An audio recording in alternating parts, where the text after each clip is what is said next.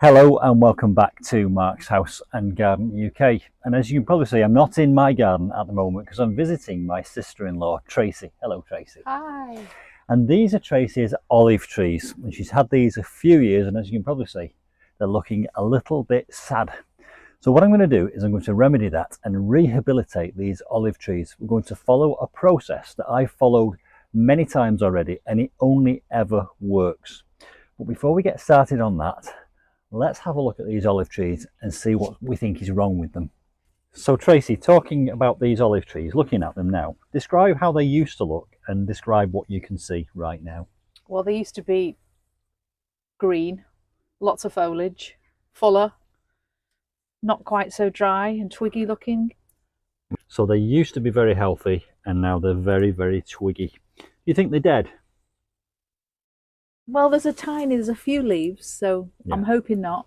Right. And when I bend it, it's not flexible. Yeah. Right, that's a great way of telling if it's still alive. The other way of seeing if it's still alive is to get some secateurs and just cut through a few of the branches. Okay. And if there's green in there, it's evidence of life. I can tell you now, looking at these, they're not dead yet. Oh, good. But we need to do something to bring them back to life. Now, Tracy, I've known you for 35 years, and I know that you used to be cabin crew. So you've travelled all around the world. I want you to imagine the countries that you've seen olive trees in, and I want you to describe the kind of climate that you've seen these in. Okay, I've seen them in Greece many times, in abundance in Greece. Yeah. Climate? Yeah, describe the climate. Dry. Dry. Rocky. Rocky. Long summers. Hot. Long, hot summers. What about the sunlight? Lots and lots of lots sunlight. of sun. Lots of light. So we've got dry, rocky soil, long, hot summers, lots of sunlight. In the wild, have you ever seen these in pots? No. No. They're planted in the ground, aren't they? Yes. So in terms of that being in the pot, what could be a potential problem with it being in a pot? Drainage. Drainage. Nutrients. Food. Nutrients. I'm not doing very well, am I? You're doing really well because we've got a great checklist here, and I'm going to type that checklist in the description box below this video. And now what we're going to do is we're going to look at that checklist and compare it to the environment that these olive trees are in. Okay. And see what might be going wrong. The first thing on the list is dry. They like a nice dry soil to sit in. Now I'm feeling that soil. It's damp, isn't it? Yeah. The soil's damp, and also I'm looking at the bottom of the pots. They're sitting flat on the floor. They are. I don't know what the drainage is like in the soil, but we're going to find out because we're going to take them out of the pots. So one of the things that's probably going wrong with these is they're probably sitting in too much water. Okay. Rocky. This is pure compost. Okay, it's not been enhanced with any grit. Believe it or not, plants need oxygen around their roots just as much as they do around here. So if you've got dense compost that's full of water, how much oxygen are they getting in the roots? Not very much. So we need to do something about that. So I've got some grit, and we'll be adding some grit. Long hot summers. Well, olive trees do perfectly well in the UK, but the position you've got these in, do you know where south is? Over there, yeah. Right. And as I look out over your garden, it's bathed in sunlight. Yeah. And you've positioned these in probably one of the shadiest parts of your garden. And we've already established that they like sunlight. Yeah. Or light. These are in the shade, and plants need light to photosynthesize. They use the energy and the light from the sun to feed themselves. So that's another thing that's potentially going wrong. Yeah. Got drainage on our list.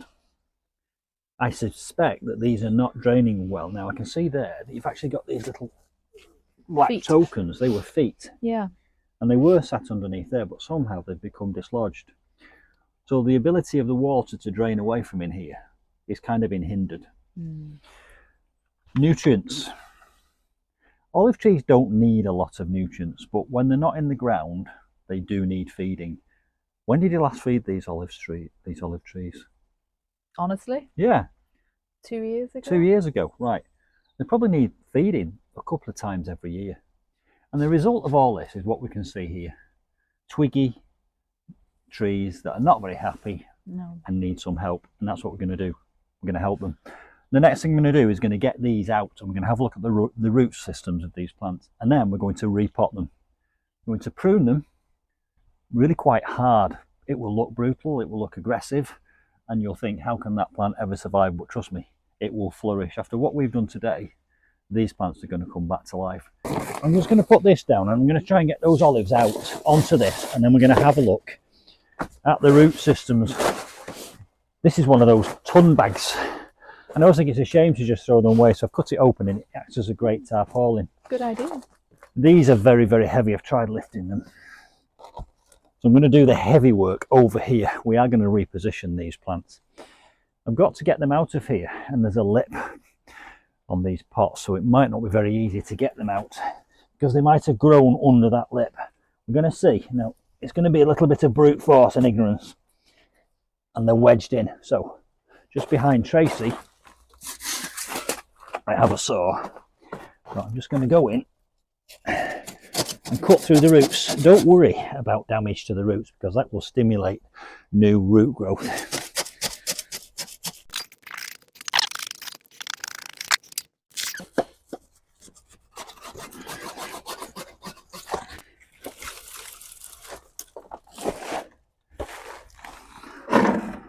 Now Tracy, I've got some good news here because you've actually done a good thing here when you've planted these, because in the bottom of here is a layer of gravel, and that will have helped the drainage. Wonderful. So we've got them out. You did have some drainage in the bottom, but they are flat on the floor. Yeah. They're going to go back in those pots. We'll be fine in those pots. Right, look at these roots. What can you see? I can see lots and lots of roots. Yeah, exactly. So that really has reached the extent of its pot. Oh. It's outgrown its home. These really could do with repotting every couple of years because they'll grow to the extent of the pot, and whilst they're doing it, they'll take all the nutrients out of the soil. That will go into leaves, and eventually there'll be no food left in there, and that's when you have to repot them and refresh the soil. You can do certain things about that. You can top dress, so you can take the top layer off and put fresh compost on top, and that will leach down. You can also top dress with slow release food, and that will also leach down, but there's no substitute eventually for really good compost. So what I'm going to do now is, using my hands, I'm just going to tear away a lot of this old spent compost. This soon will be replaced. I don't want you to be worried about the damage I'm doing to these roots, because these roots will be stimulated into new growth. Great, so we've now taken the olives out of these pots, and the last thing I want to do is really just, I'll do it because it's quite heavy, get any remnants of any soil out of the bottom. This is spent. It's going to have to go on the compost heap, and we'll replace it. Quite nice that we've got some drainage holes here, and what I might do is I might, when we repot them, put some crocks on the inside of the pot. You see that in a moment. Right, let's just get this out the way. Now these are very heavy, so wherever these are going to end up being, I'd like to do the work there rather than do it here and move them. Right, so we've moved the olives down here to my left where the summer house is, in a much sunnier position. But Tracy's just given me a great tip. What was the tip you've just given me, Tracy? Never waste the used compost. Put it on the borders. Never waste your spent compost. Put it as a top dress on your borders. Where did you get that tip from? Frank the gardener. Frank is one of our subscribers. Hello, Frank. So let's get this on these borders here as a top dress and a mulch. Right, so Tracy, this is where we've decided to relocate them. Just remind me why we've put them here. Because they were too much in the shade over there. Yeah, so they'll be in a much brighter position here. We've put them and offered them up to the pots just to have a look at them, but we've not finished yet. We can't plant them yet because there's some important points you must do before you even start planting these olives. I'm going to bring the camera in a bit close and show you something that I've already done. So if I remove these two olive trees here, you will see when I tilt this pot forwards, I put some feet underneath it. That's to raise it up off the ground so that the water can escape from the bottom. And when it's in position, I'm now going to put what I call crocks in. Now these are going to go over the drainage holes and they will stop the soil from blocking up those drainage holes in the bottom. So now we've already helped this pot to drain better. The water can get through the hole and it can get away from the base, and we'll do that in both pots.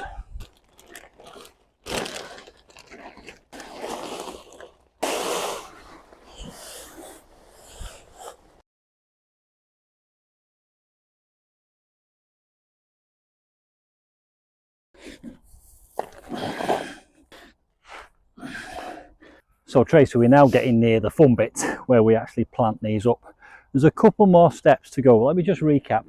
We've taken all the spent compost off, we've enhanced the drainage, we've moved it to a lovely sunny spot, and now we're going to plant them in these pots. Now, when you're watering olives, what you need to do is you need to almost let them completely dry out between watering. That never wants to be sat in wet soil. So what I do is I leave a good inch at the top of the pot so that I can flood it, and when it floods it gets completely soaked, and then I don't water it again until the compost is dry to touch. Now in the summer, when it's drinking a lot, you're going to need to water it more often, but in the winter don't bother watering it at all, because there'll be enough rain to keep that wet enough. Let's get the olives in. Now I want these to be equidistant and vertical. A good idea for when you want to get a plant vertical is to put it in position and then step away from it, because if you're up close to it you can't see that it's vertical. Step away at several different angles. So Tracy and I will now get on with that. You don't need to see us doing it, and in a moment when these are potted up we will put some gravel on top. Right, we're on the last lap now. I have gently firmed them in, not too much. I want some air in that compost for these roots. You will see me water these in thoroughly in a moment, because what watering in will do is it will make that compost have contact with those roots. It'll wash it in and around. But what I want to do before I water them is I want to get some gravel on top. I'm just going to put about an inch of gravel on each of these tubs. It looks lovely. It really makes the plants pop. This gravel matches this stone, but you could just as easily use slate or white gravel or golden gravel if you wish, and that will just set it off. Yeah, it looks lovely. It will also suppress weeds and it will help to retain moisture, but also it will give a bit of ballast should these start catching the wind. Don't worry about the wind too much, because the roots on these, now we're coming into spring, will shoot off, and in no time at all they'll be completely bedded in.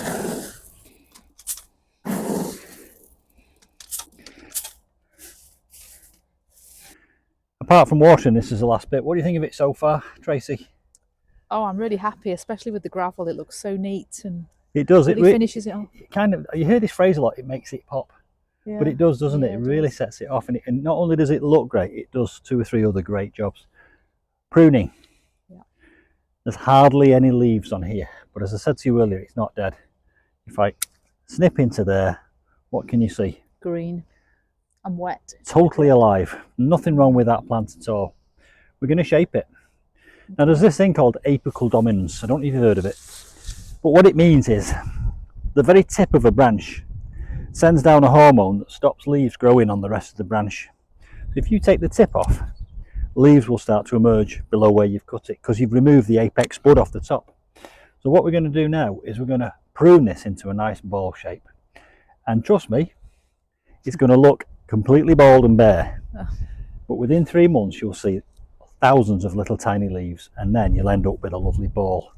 So just go in with your secateurs and cut into the shape that you want, and I would suggest probably 2 football shapes, but don't be afraid of taking off the height, and don't worry about going too far. I did one of these once where I went right down to the trunk and it still grew back, so please don't be too precious about it.